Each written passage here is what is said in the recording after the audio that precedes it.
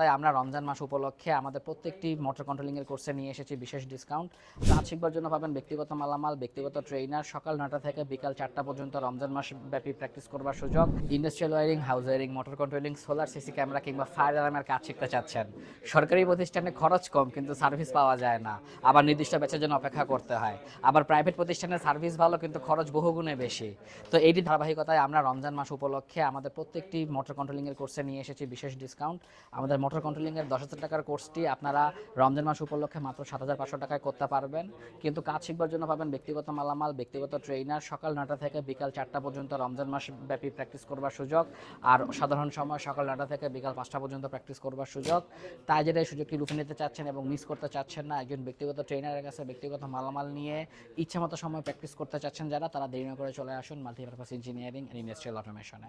ধন্যবাদ সকলকে। আসসালামু আলাইকুম।